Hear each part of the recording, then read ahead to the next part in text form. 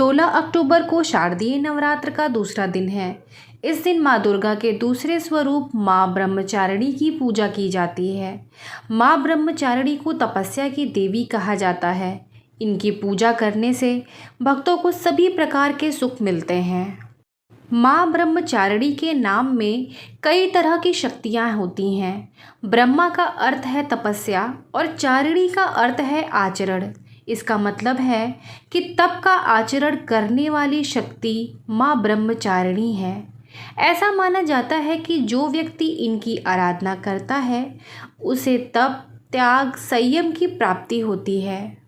माँ ब्रह्मचारिणी की पूजा। नवरात्र का दूसरा दिन माँ ब्रह्मचारिणी को समर्पित है, इसलिए इस दिन पूजा भी शास्त्रीय विधि से की जाती है। इस दिन सुबह ब्रह्म मुहूर्त में स्नान करें और साफ कपड़े पहनें। माँ को पंचामृत से स्नान कराएं। इसके बाद माँ दुर्गा को अक्षत, चंदन और रोली चढ़ाएं। माँ ब्रह्मचारिणी को कमल और गुड़हल के फूल बहुत प्रिय हैं, इसलिए इन फूलों को पूजा में ज़रूर शामिल करना चाहिए। कलश देवता और नवग्रह मंत्र की विधिवत पूजा करें। देवी माँ की आरती घी और कपूर के दीपक से करें। माँ ब्रह्मचारिणी की कथा। मान्यता है कि पूर्व जन्म में इस देवी ने हिमालय के घर पुत्री के रूप में जन्म लिया था और नारद जी के उपदेश से भगवान शंकर को पति रूप में प्राप्त करने के लिए घोर तपस्या की थी। इस कठिन तपस्या के कारण इन्हें तपश्चारिणी अर्थात ब्रह्मचारिणी नाम से अभिवाहित किया जाता है।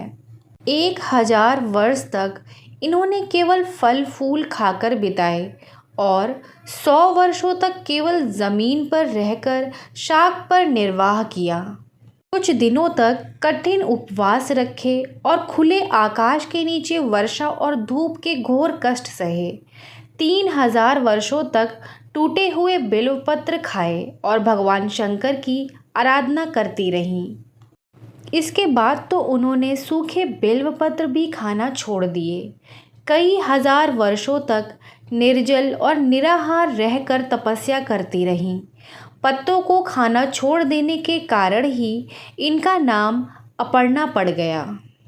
कठिन तपस्या के कारण देवी का शरीर एकदम क्षीण हो गया। देवता, ऋषि, सिद्धगण, मुनि सभी ने ब्रह्मचारिणी की तपस्या को अभूतपूर्व पुण्यकृत बताया, सराहना की और कहा, हे देवी, आज तक किसी ने इस तरह की कठोर तपस्या नहीं की। यह तुम्ही से ही संभव थी। तुम्हारी मनोकामना परिपूर्ण होगी और भगवान चंद्रमौली शिव जी तुम्हें पति के रूप में प्राप्त होंगे। अब तपस्या छोड़कर घर लौट जाओ। जल्द ही तुम्हारे पिता तुम्हें बुलाने आ रहे हैं। माँ ब्रह्मचारिणी देवी की कृपा से सर्व सिद्धि प्राप्त होती है। दुर्गा पूजा के दूसरे दिन देवी के इसी स्वरूप की उपासना की जाती है।